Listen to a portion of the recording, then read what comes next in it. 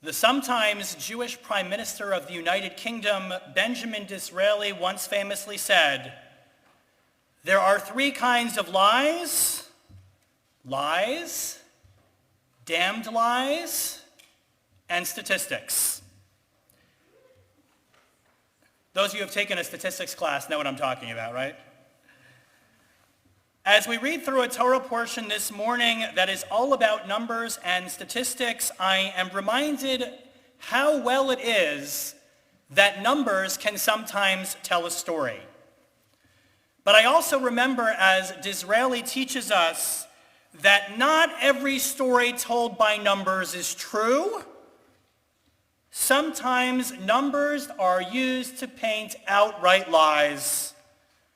And nowhere has this historically been the case, nowhere does it continue to be the case, than the picture that is painted by the media in the historical conflict between Israel and the Palestinians.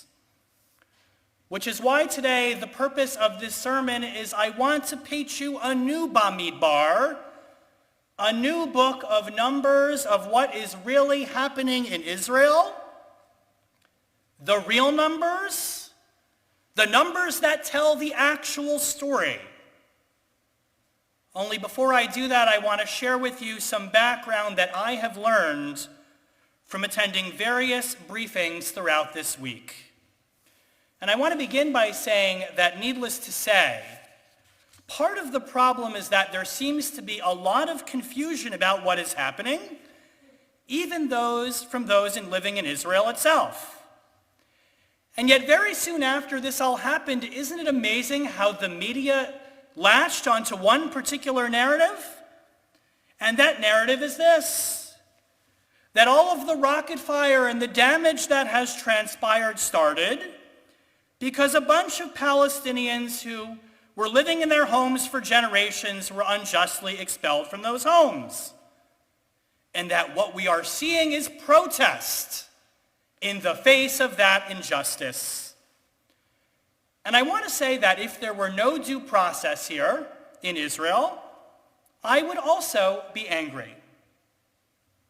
However, there's a problem with this narrative that is continually and repeatedly spread online, and that is that no one in this particular case that relates to 5 or 6 houses, the case has not been decided yet.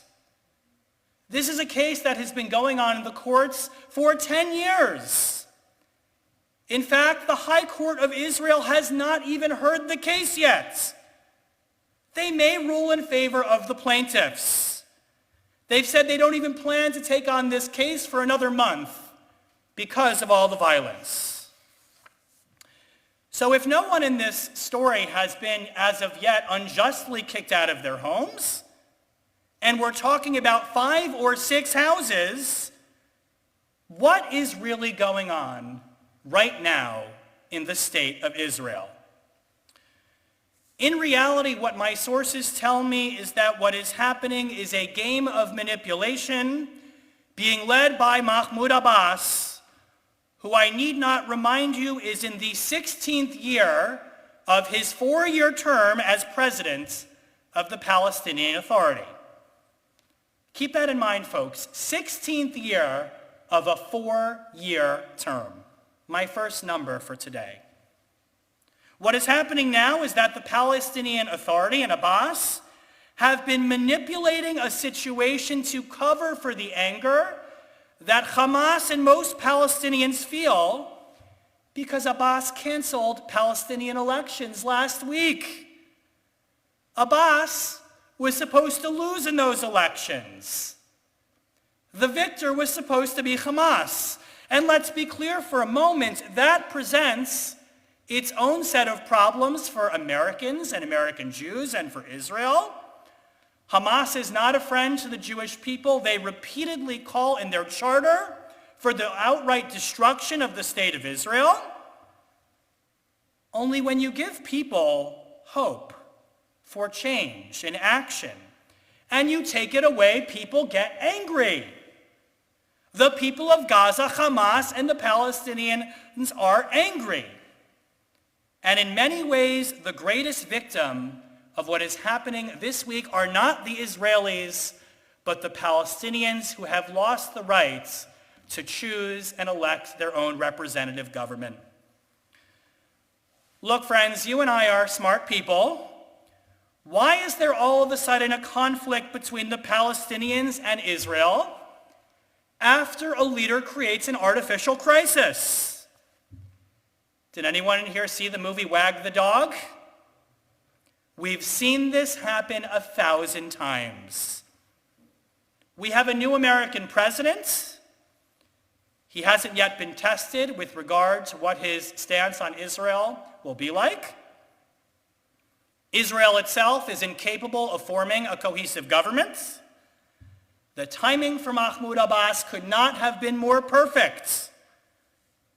And so as a despot striving to cling to power, interested in distracting from the fact that he canceled elections on his own people, he allowed Hamas free rein to cook up a diversion for him.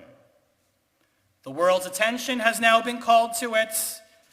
He has blamed Israel over a housing situation that is still pending in court to distract from his real problem and the real reason people are angry at him. You're not going to read any of this in the press, though, which is why now I want to continue our Bamidbar, our story of numbers, by telling you a different story of what has transpired this past week with real, actual numbers. The first number is 30%. As of now, 30% of rockets launched by Hamas from the Gaza Strip into Israel have exploded in Gaza itself. In one widely publicized event, very tragic and sad, earlier this week, Hamas accused Israel of killing 3 children in the Gazan city of Beit Hanun. It was widely reported by the media.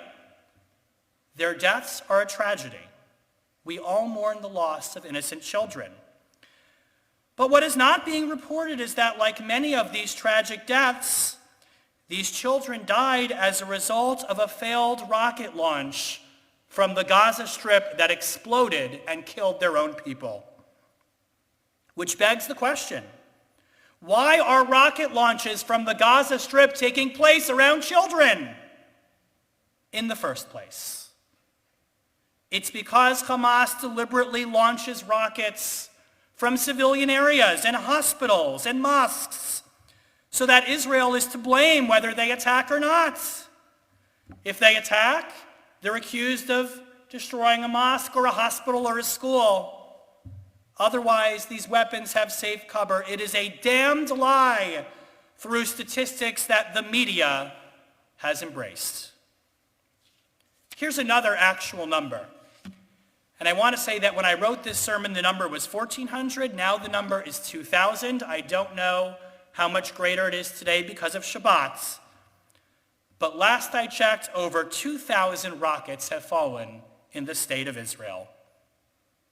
150 rockets specifically fell on Israel on Jerusalem Unification Day. 7 were sent in the direction of Jerusalem, and that is an escalation on the part of Hamas and no one else.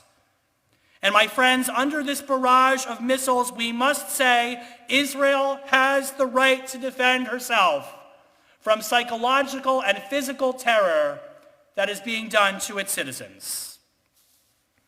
Here's another number related to the story that our media has not yet presented. $50,000. Does anyone know what that is? That's $50,000 is the cost of every Iron Dome rocket that saves lives in Israel by knocking a missile directly targeted at civilians at Tel Aviv and Jerusalem and in the Darom in the south out of the sky. You don't want to do the math. 50,000 times 2,000. That's why I became a rabbi, so I never have to do math. But imagine the good that that money could have done to improve the quality of life for Palestinians living in Gaza and in the West Bank. And I want to be clear at my disappointment this morning. Since almost none of our elected officials in Georgia have come out with a statement, very few, and I want to recognize Sanford Bishop of the 2nd Congressional District in Georgia, who has come out in favor of Israel and asked Hamas to stop the rockets. But since very few others have come out in support of Israel at this time, I want you after Shabbat to email and contact them. I want you to thank them for their support of the American-Israel relationship, which has historically been instrumental in the building and the critical maintenance of Iron Dome. And I want you to remind them that without their help, the casualty list in Israel would be astronomical. Here's another number, the number 19. When an Iron Dome missile battery malfunctioned earlier this week, 19 citizens of Ashkelon, Israelis, were severely injured. Now imagine that for a moment. Had 2,000 of those rockets fallen, the casualties would have been astronomical. But again, that's not the story, the numbers that the media wants to share with you. They don't want to talk about how many lives have been saved as a result of Iron Dome. They only care about the lives that were lost. Which brings me to one final number, and here it is. 1 hour. And here's why it's personal to me, it's personal to you, and why it's significant. Our friends and our fellow congregants, Norman and Lindy Radow, are currently visiting their granddaughter in Israel.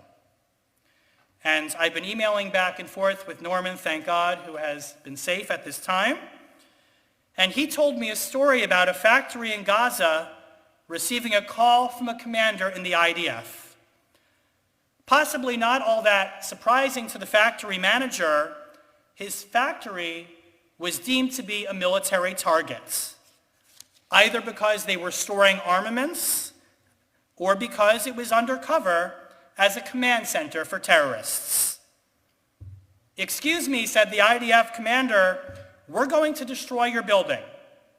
How long do you think it would take to evacuate all of your workers safely to get out of the factory?" The man answers, 1 hour. And so the IDF says, okay, in 1 hour, we're going to take out your building, your terrorist center, get everybody safely out of the building, and evacuate somewhere safe. This is, friends, the policy of the Israeli Defense Forces in nearly all circumstances when they take on these particular missions and incidents. Contrast that to the last time we had a barrage of rockets in the 2000s when Hamas complained about Iron Dome. I'll never forget the report in the New York Post. "It's not fair," they said. "Iron Dome is keeping us from killing more civilians." To which I say, you're right, it's not right. It's not fair that you're targeting innocent civilians. Hamas, it's all lies and statistics. Friends, as Jews and as human beings, we mourn the loss of all innocent life, whether it's Israeli or it's Palestinian, whether it's adult or child, loss of non-combatants is always tragic. But we also cannot and must not allow a false bamidbar, a false census, to be the narrative that is told by our media or believed by our elected officials anymore. I cannot imagine personally the frustration and pent-up anger that must be felt by Palestinian parents who hope for a better life for their children. And I want to be here on this bema the first to recognize that I am privileged to have been born into a wonderful country where I don't live in fear between a totalitarian government, being forced to choose in an election between electing terrorists or the president in the 16th year of a 4-year term to be my leader. But as a Jew, I feel strongly that Israel should never have to live in fear of terrorism, psychological or physical terrorism to its citizens. These are our friends. These are our family. These are our congregants visiting grandchildren for the first time in 2 years out of fear of a virus that has kept them from going, and now they must run to a bomb shelter in the middle of the night in fear for their lives in their pajamas. So this Shabbat, I am charging all of you to go out into the world and tell the real story by the numbers, so that statistics may no longer be used for lies and damn lies, but so they may be the truth. Let the truth spring free.